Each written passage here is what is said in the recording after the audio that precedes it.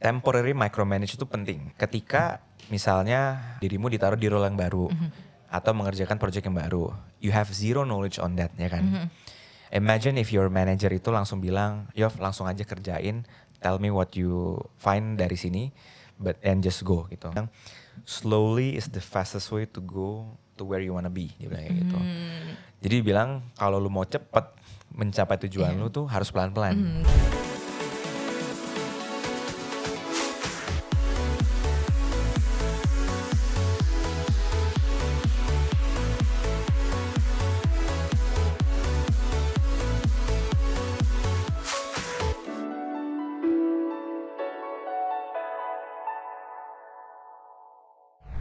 Teman-teman semuanya, Mekarians dan Future Mekarians, welcome back to Dear Mekari Podcast. Hari ini ada aku, Yovani, sebagai host di Dear Mekari. Hari ini seru banget nih teman-teman, karena kita akan membahas satu topik yang mungkin banyak teman-teman sering pikirkan gitu ya, terutama whether kalian individual contributor atau kalian udah lama gitu ya bekerja di tempat kalian saat ini, yaitu tentang people manager atau people management gitu. Specifically hari ini kita akan membahas satu buku yang baru banget juga rilis nih teman-teman. Jadi sangat-sangat perlu kalian stay tune juga gitu. Bukunya berjudul The Slow Leadership dan kita sudah langsung kedatangan authornya yaitu Andrew Prasatya. Oke, halo Andrew. Thank you banget nih sudah datang ke kantor Mekari hari ini ya. Sama-sama. Mungkin dari Andrew juga tidak asing ya ke Mekari karena Andrew juga sering datang ya. Pengguna juga sering datang juga ya ke event kita ke Mekari Conference juga, dan hari ini berkesempatan untuk ngobrol-ngobrol gitu ya lebih dalam nih tentang bukunya itu Slow Leadership. Nah, mungkin sebelum kita masuk ke pembahasan terkait poin-poinnya gitu ya, atau the daging lah ya yang disebut sama Andrew di dalam bukunya, itu kita bisa perkenalan dulu nih dari Andrew. Boleh. Kira-kira boleh gak sih diceritain backgroundnya? Mungkin teman-teman juga penasaran kenapa sih mau bikin buku tentang slow leadership. Mungkin udah banyak gitu buku-buku tentang leadership di luar sana. Nah, apa nih keunikannya dan motivationnya gitu lah ya dari Andrew untuk buat slow leadership ini sendiri gitu. Iya. Terima kasih. Iya. Let me share a bit the background sama Future Mekarians. Oke, ya. With Future Mekarians.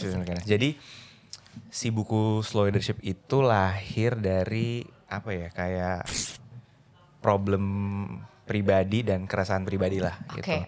Soal transisi waktu dulu menjadi individual contributor ke manager. Jadi back in 2016, Yov, gue tuh kerja di Kuala Lumpur, Malaysia, in an e-commerce aggregator company.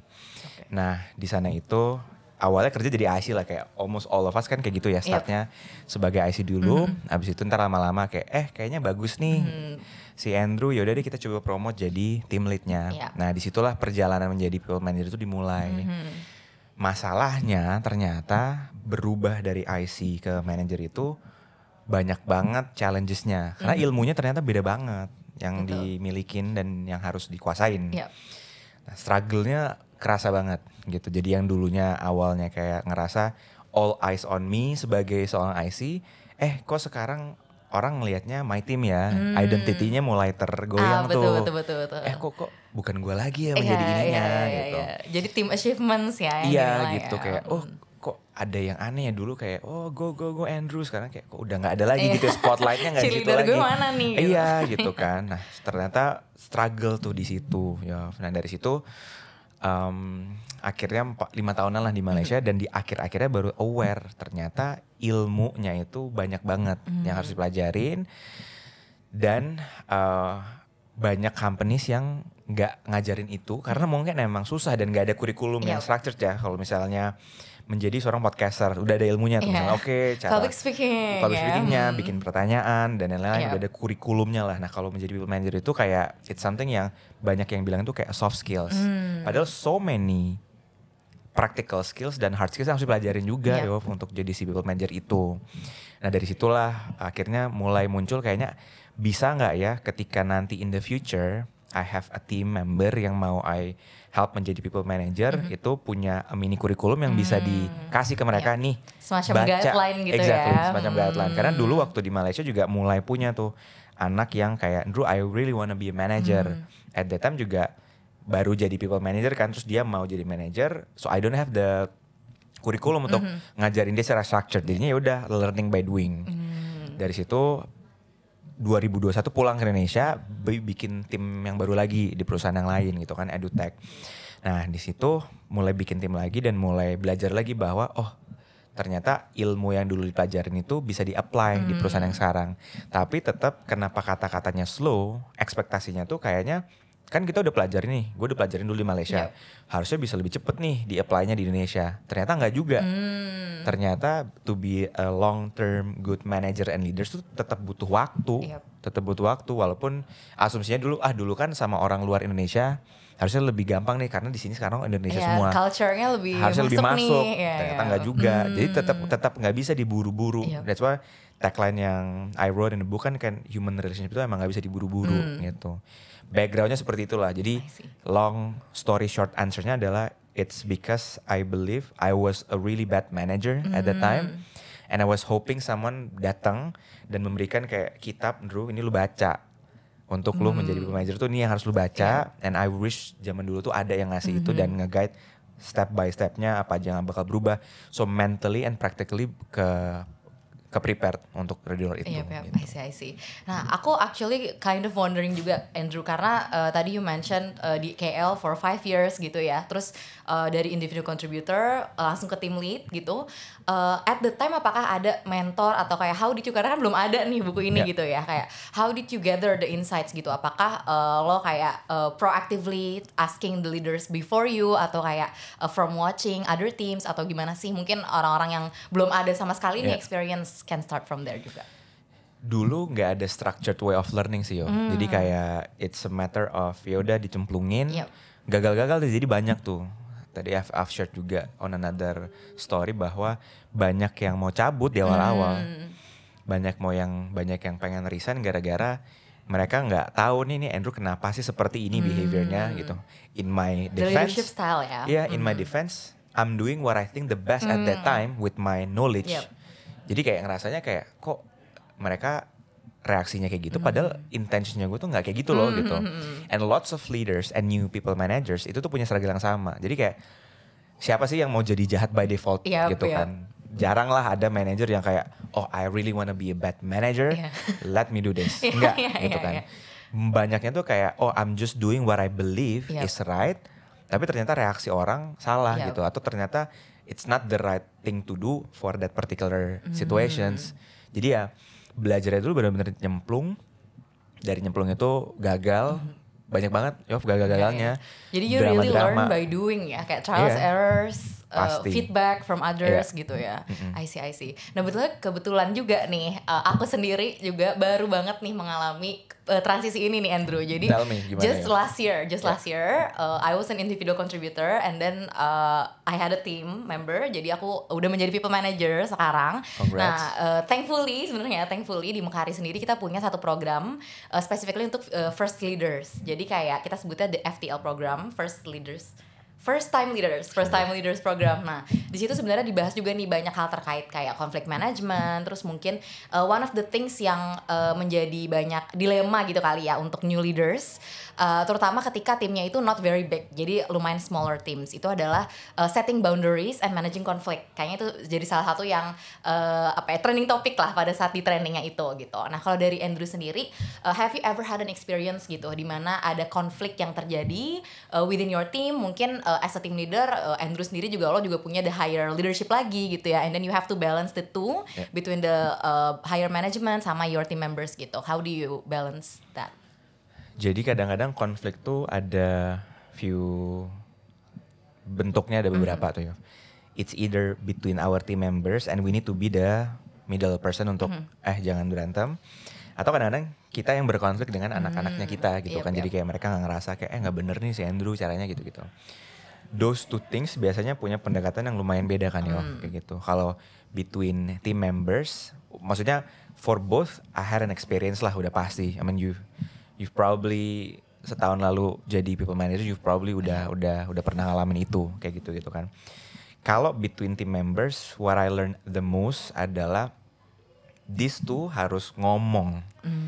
Jadi it's not something yang kayak let me talk to you and let me talk to her separately gitu. And then make to her gitu. Jadi kayak cannot. Jadi kayak first step I'll talk to you to listen, kayak tell me what happened, apa yang terjadi, what do you expect, gitu-gitu. I'll talk to another person gitu kan, lu maunya gimana, kenapa, kayak gitu. After that there needs to be a time where kita bertiga ngobrol, phase 2-nya gitu. Phase 1-nya I'll talk one on one, phase 2-nya kita ngobrol bertiga. Tell gitu, kayak orang tua anaknya lagi berantem, walaupun gue belum jadi orang tua. Tapi biasanya mirip lah lu ya. lihat, coba ngobrol kenapa, ada apa. Iya. Nanti phase ketiganya, I'll go out from the room, you both talk, ngobrol. Tell me what's the outcome, what do you agree, untuk nextnya kayak gimana. Hal-hal kayak gitu yang so far sekarang sudah tahu bisa kayak gitu. Kalau dulu nggak ngerti caranya gimana ya, kayak aduh gimana ya kalau mereka berantem gitu ya. Another thing yang lumayan susah itu adalah sekarang nih misalkan from the book yang I wrote kan ada teori-teori yang orang bisa pakai. The problem is kadang-kadang kita nggak relate juga, belum relate karena belum pernah ngalamin tuh. Mungkin sekarang kayak wah bagus nih teori-teorinya, tapi nanti ketika udah terjadi beneran gitu ya. Nah itu tuh baru bingung biasanya kayak gimana ya gitu. Tapi in general it's a learning phase. Jadi udah pasti you get the theory, you feel good about that, and then you think that kayaknya gue bisa nih ngelakuin itu. The moment you get that, you will be like panik dulu awalnya, tapi ntar lama-lama pasti you get used to it. Iya, you get used to that uncomfortable discussions yang akan terjadi. Every single day lah kalau sebagai people manager udah pasti lots of omongan yang tidak nyaman gitu. I see. Nah tadi sempat di-mention juga sama Andrew, which is very interesting menurutku pribadi, bahwa there is stages ya into becoming the leader that you are gitu. Karena mungkin banyak orang juga yang merasa, ketika gue jadi IC, individual contributor, gue nggak being a leader is not in my future gitu, kayak gue nggak bisa deh melihat gue as a leader gitu. Tapi once you get in the role, ada beberapa stage yang akan kalian lalui gitu, yang akhirnya kalian akan bisa get used to dan kayak mold yourself into a leader gitu.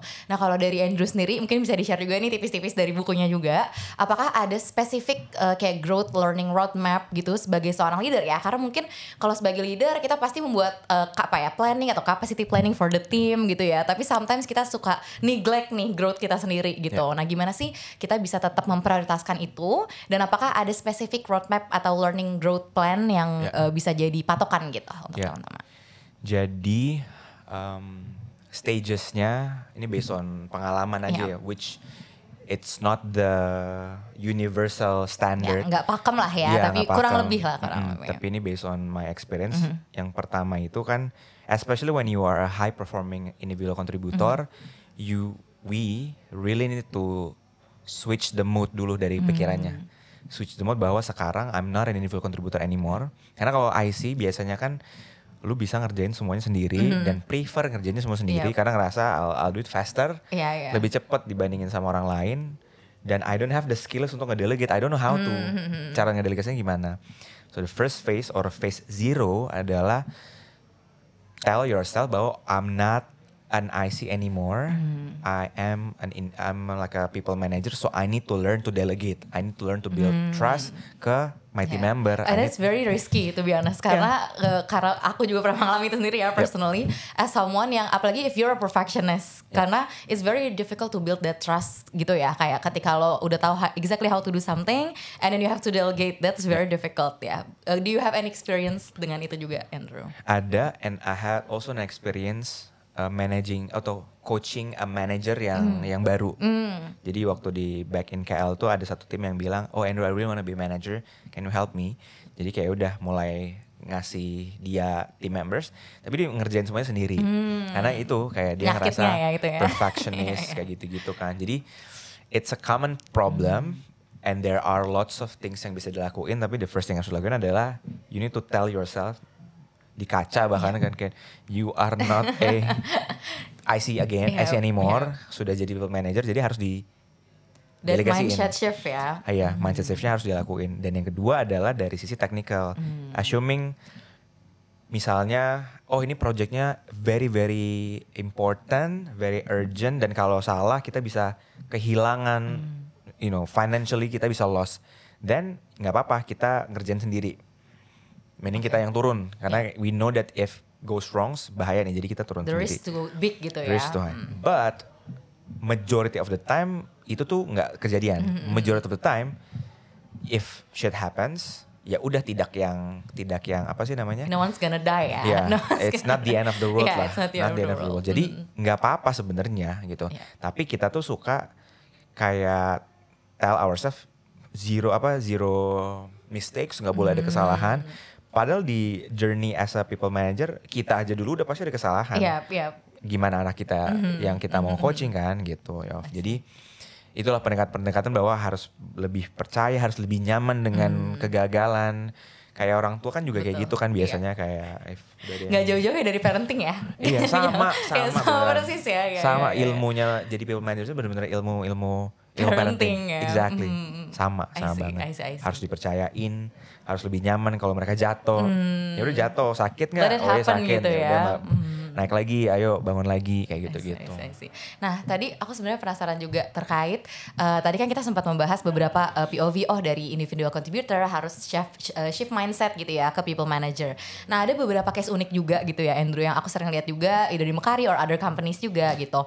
Dimana satu orang ini bisa menjadi both at the same time gitu. Kayak gue tetap megang individual contributor responsibilities tapi at the same time gue juga jadi people manager nih gitu. Gue juga managing other people atau bahkan other teams gitu atau bisa jadi only project based gitu kayak leading just a project gitu. Apakah ada different approach ketika satu orang itu memegang dua role at the same time atau apakah dia tetap harus shift leaning towards the leadership gitu? Yeah.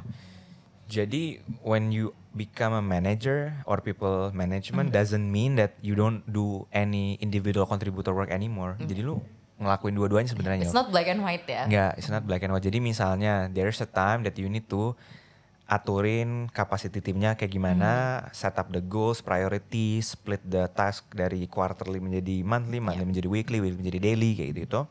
Tapi at the same time kan there are times that you need to help your C-level for example, kalau Ripple level, we are now doing fundraising, I need you to build the deck. Itu kan sometimes you need to turun langsung kayak gitu. Atau right now we are sponsoring a conference and you need to be a speaker so you prepare all documents. Ya udah ngerjain decknya dan lain-lain kayak gitu kan. Yang important itu adalah di buku itu ada namanya attention management gitu. Ya, jadi kita sebagai human being kan punya attention span yang beda-beda di different time ya. Some of us suka banget kerjanya or baterainya banyak banget waktu di pagi, sama us sore ke malam gitu. Nah, where does the attentions itu yang paling kuat dan ya udah kita ngerjain hal-hal yang sifatnya IC di momen-momen itu. Jadi yang kayak if we need to focus as a people manager untuk ngerjain tas ya udah kita misalnya kalau kita working from office kayak gini ya udah kayak gue pergi ke satu area yang mungkin I can kayak book a room focus gitu mode ya. Kayak gitu kan. At the same time juga nanti udah kelar itu ya udah back to my team and then ask kayak gimana Drew kerjaannya yang kemarin kayak gimana ini boleh share dikit nggak ada challenge apa gitu. Jadi it's not really a black and white between now I'm manager meaning that I'm just managing. It's like you are a people manager but at the same time there are things yang harus dikerjain juga secara individual.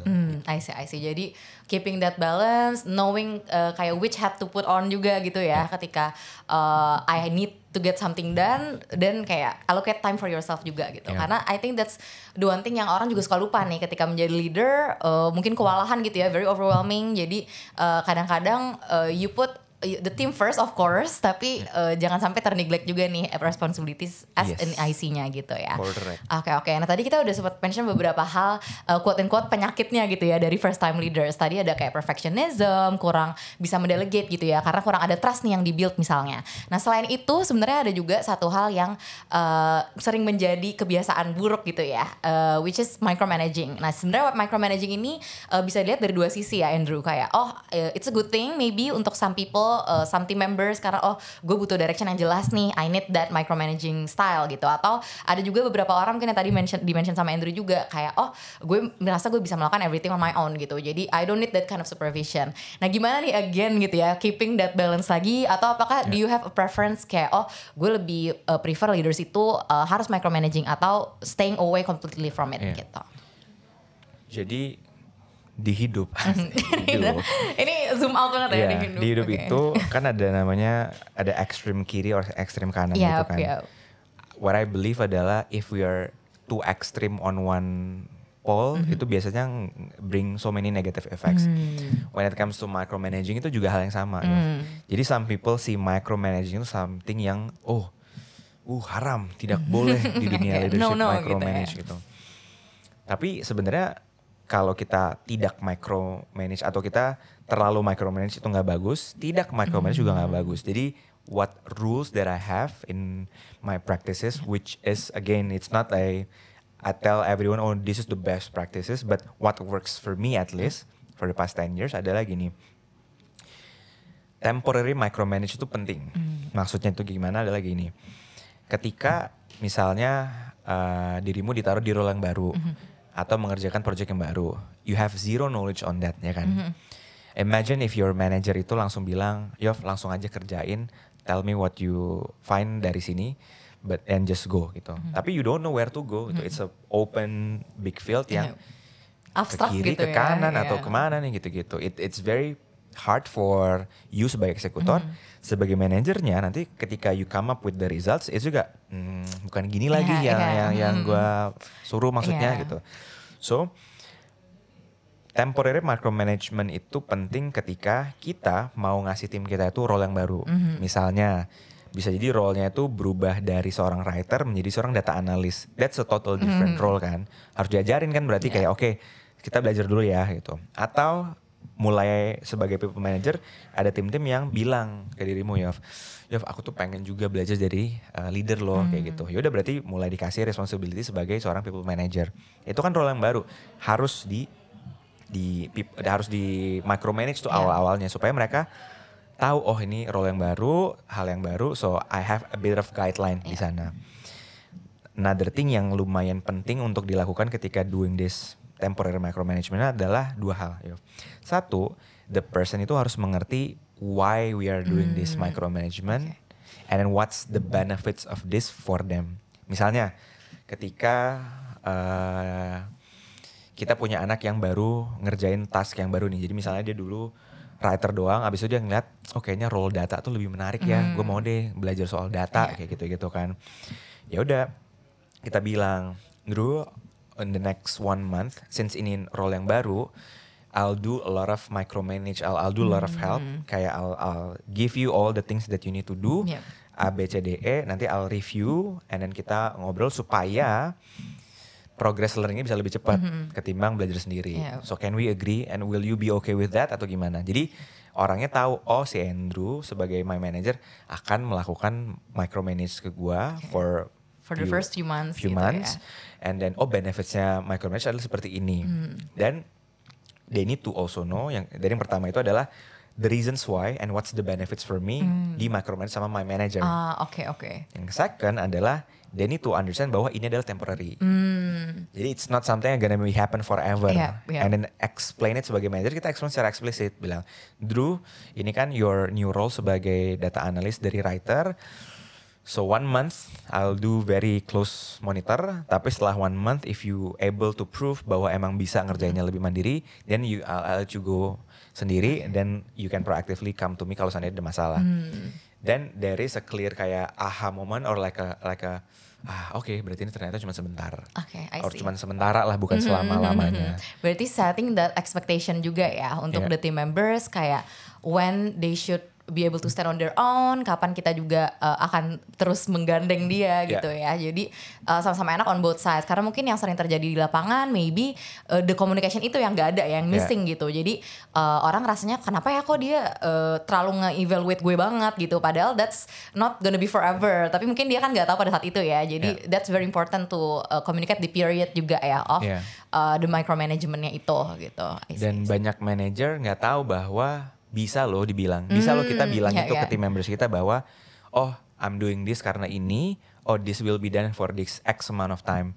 Orang nggak tahu ternyata those simple words itu bisa powerful banget buat anaknya sebagai lebih akhirnya mereka lebih tidak mengandai-andai kan kayak betul. Karena jadi ada kerangka yang jelas ya kayak nggak assuming gitu apa yang dilakukan intentionnya dan lain-lain. Yes, di dunia ini kalau kalian yang punya pacar ya kalau putus yang paling dan kalau nggak jelas tuh yang paling dicari apa? Kalau alasannya nggak jelas, yang what will be closure ya kan? Ya betul, closure. Understanding. Nah itu yang kayak don't let our team members tuh berandai-andai. Kenapa ya Andrew suruh kita datang pagi-pagi mulu? Kenapa ya Andrew suruh kita datang pakai bajunya Makari? Kenapa ya Andrew suruh kita datang atau kenapa ya Andrew suruh kita duduknya barengan mulu? So there is an explanation and harus dijelasin secara eksplisit. Jadi orang nggak berandai-andai. Dan jadinya nggak assuming the worst gitu ya. And it is hard loh, it is hard untuk bisa menjelaskan. Betul. Karena untuk menjelaskan the why before the what itu kan lu nambah satu steps kan. Oh, lu harus datang ke kantor. Easy-nya adalah udah stop di situ aja ngejelasinnya. Pakai datang gitu kan. Tapi untuk lu bisa menjelaskan kenapa itu kan butuh more intellectual. Kayak reasoning gitu. Iya, untuk bisa kayak oh ternyata seperti ini. And that's why butuh dilatih yang kayak gitu-gitu. I see. Jadi sebenarnya communications ke eksternal gitu ya, ke tim is very important. Make sure bahwa tidak ada miscommunications lah ya di situ dan kayak misconceptions dari leadership style-nya. I see. Nah tadi sebenarnya aku penasaran juga Andrew terkait leadership ini ya, karena mungkin it's a very wide topic gitu dan banyak banget macam-macam leadership gitu, terutama di Indonesia mungkin ya dan industri-industri tech gitu. One of the things yang mungkin aku wondering apakah is it applicable gitu ya, ketika kita melakukan micromanaging or any type of leadership style gitu ya, ke tim yang smaller or bigger gitu. Apakah ada any difference atau kayak what is your perspective on that? Kayak apakah actually it's easier ketika dia timnya bigger misalnya karena you don't have to micromanage satu-satu, atau apakah sebenarnya ini the same thing atau is it one or the other is easier gitu? In general kayaknya managing the more people that you manage, the more potential problem yang akan muncul.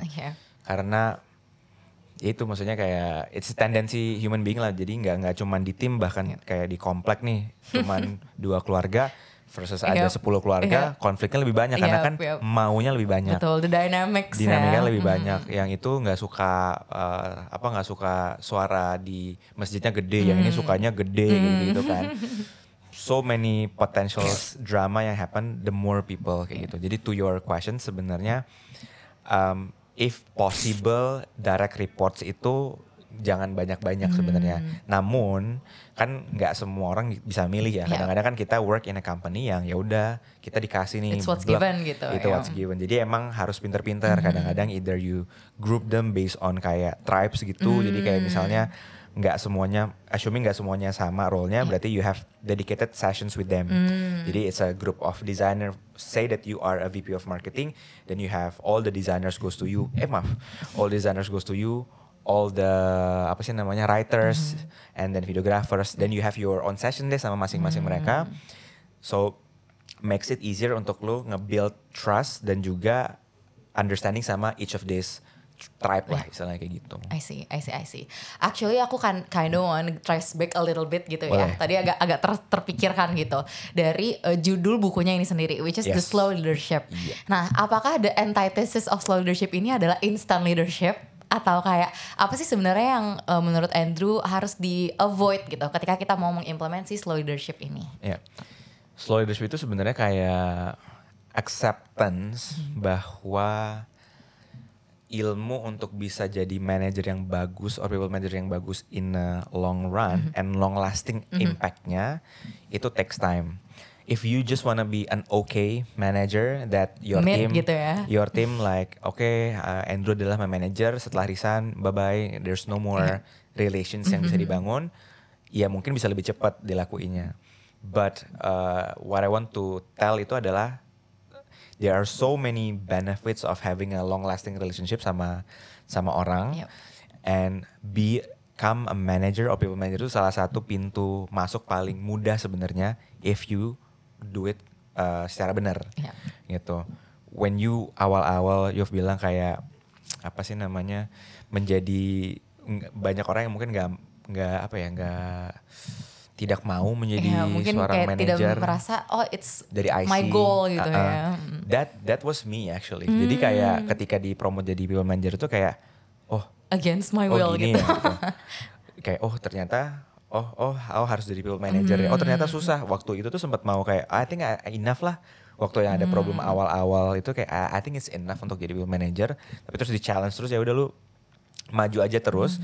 Dari situ mulai baru ngerasa oh ya ada kepuasan tersendiri ternyata. Kayak when you are having your kids gitu, oh mulai grow, oh anaknya jadi lebih pintar, jadi lebih keren gitu. Jadi itu yang what I want to tell with the title-nya sih The Slow Leadership itu gitu. Karena dengan tren yang sekarang kan fast moving ya. kayak gitu kan.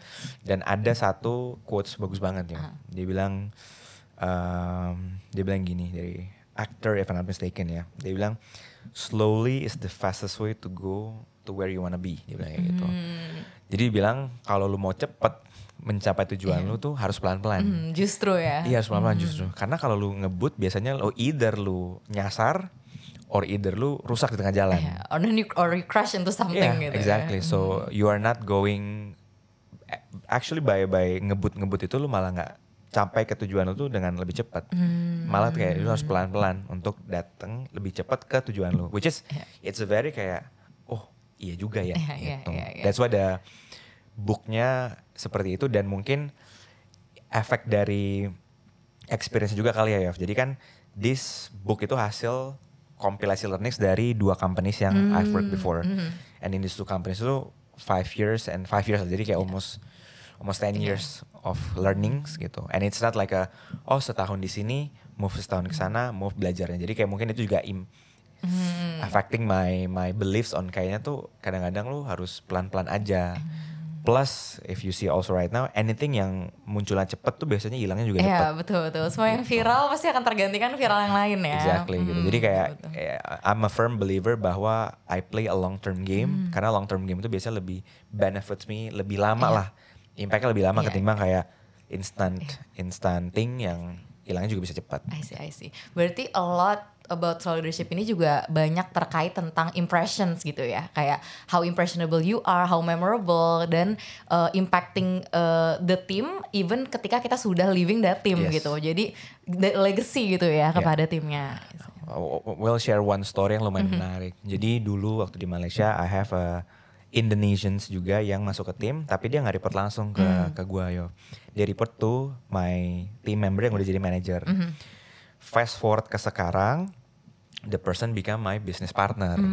Padahal dulu tuh nggak direct report, bahkan layernya kan banyak ya, gitu. Nah dia become my business partner, ngedevelop yang homeless media yang data to visual yang dulu sempat di share juga ke sini kan. Nah habis itu sekarang misalnya setelah melepaskan my previous role, mulai ada kerjaan-kerjaan yang kayak I need to pay a salary of someone nih kayak gitu.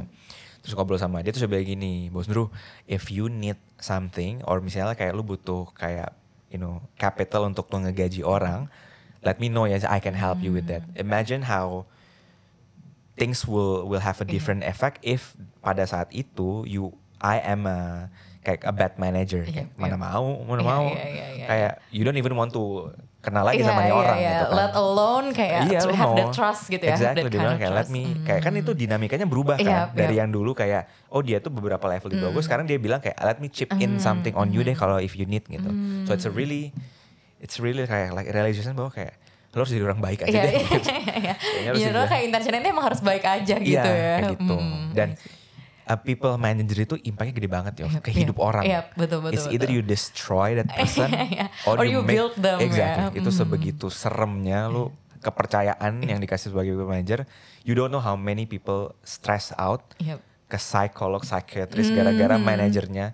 And sometimes the manager doesn't even know. Iya, bahkan dia doing it unintentionally gitu ya. Nah, that's something yang kayak aduh kenapa ya gitu ya. And it's something that's why I'm trying to sedikit demi sedikit educate the market with the book, and I'm sure lots of other people di luar sana juga do the same effort untuk becoming more and more human leaders dengan caranya mereka, and my way adalah ya inilah share si buku ini gitu. I see. Nah, aku juga lagi gitu ya, penasaran lagi nih dengan Andrew, karena bukunya ini udah beberapa minggu ya kalau aku nggak salah ya sudah rilis ya. Launching sekitar sebulan lah. Oke, around a month. Nah, mungkin sejak it was released last month gitu, apakah sudah ada ini feedback atau testimonies di mana orang-orang kayak gue relate banget nih ke specific chapter in the book, atau mungkin I never thought of this before gitu. Apakah ada hal-hal yang kira-kira menjadi buah-buah dari buku ini gitu ke networknya Andrew?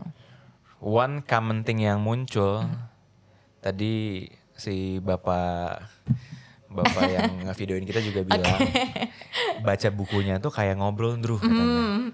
Yep. That's something that I'm super happy ketika banyak orang yang bilang kayak anjir kayak ngobrol lagi bacanya. Kayak gampang banget gak ya berasa, untuk gak berasa lagi bacanya. Nah itu yang something yang I'm very happy achieving that impact. Soalnya emang tujuannya gitu karena I know membaca buku itu image-nya tuh kayak aduh baca buku lagi. Aduh attention span gue gitu ya. Aduh lagi banyak kerjaan lagi baca buku lagi.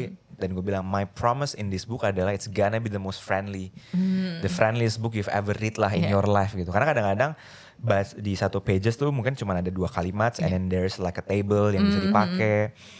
Bahasanya juga ini gitu. Jadi that's one thing yang lumayan bikin seneng lah ya waktu dengar orang kayak oh iya enak lagi bacanya gitu kayak nggak berasa tiba-tiba udah halaman ke 100 gitu-gitu itu kan something yang lumayan happy.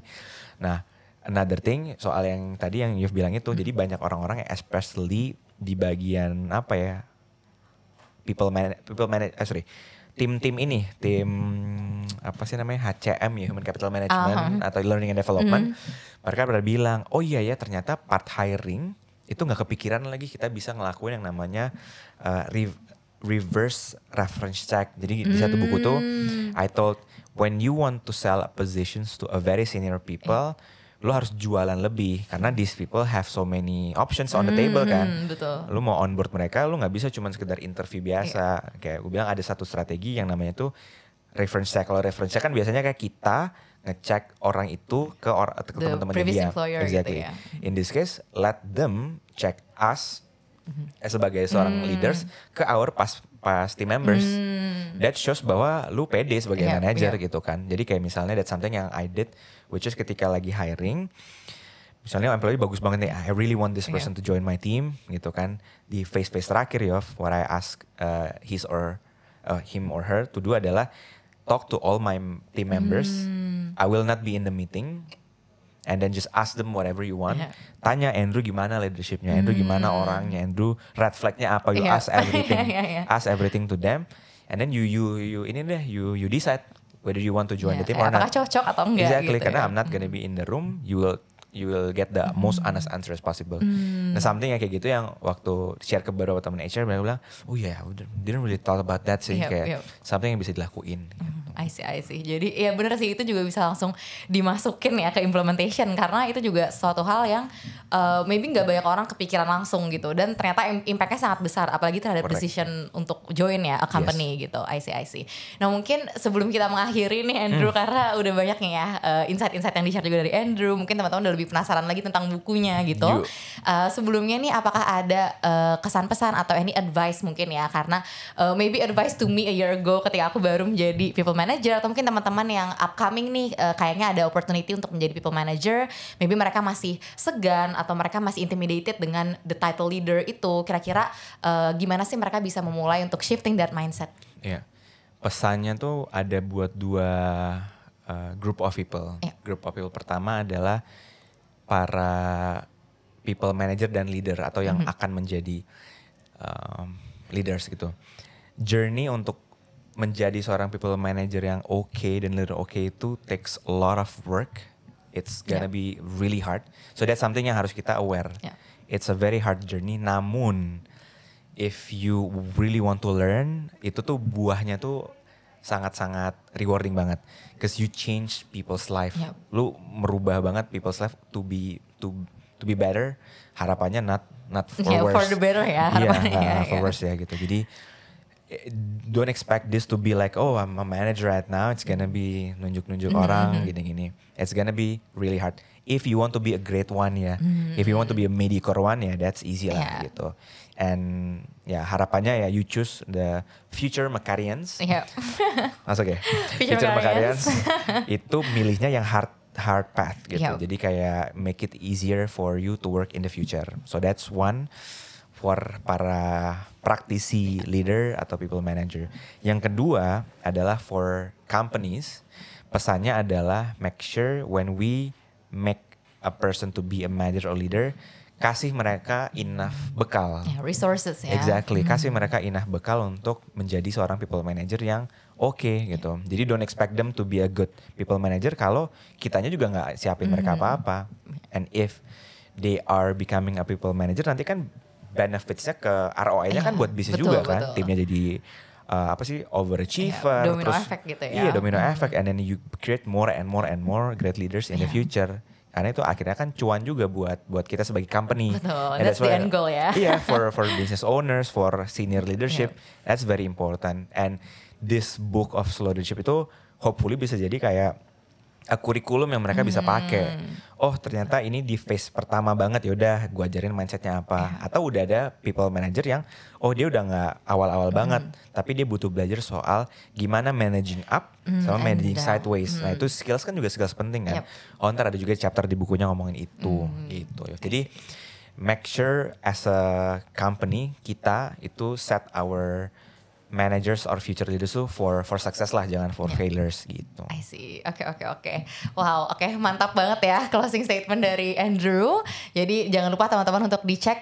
Maybe where can they go to read the book? Mungkin bisa di-share juga Andrew. Paling gampang mungkin nanti I'll give the link and we can put on the boleh bisa ya di description ya, link in the description. Or kalau enggak right now just Google aja The Slow Leadership. Lumayan udah rankingnya lumayan oke. SEO lumayan oke SEO ya. Karena kan orang marketing. Orang brand sama marketing. SEO-nya harus bagus ya. Iya, harus ngerti gitu. Oke. Jadi langsung boleh di Google aja ya The Slow Leadership, atau boleh cek link di description. Oke. Kalau gitu thank you so much Andrew sudah sharing juga ke Mekari. Thank you untuk Mekarians dan Future Mekarians yang sudah dengerin di Mekari. Jangan lupa untuk subscribe juga untuk menonton episode-episode kita lainnya, dan see you in the next episode. Thank you. Thank you Andrew.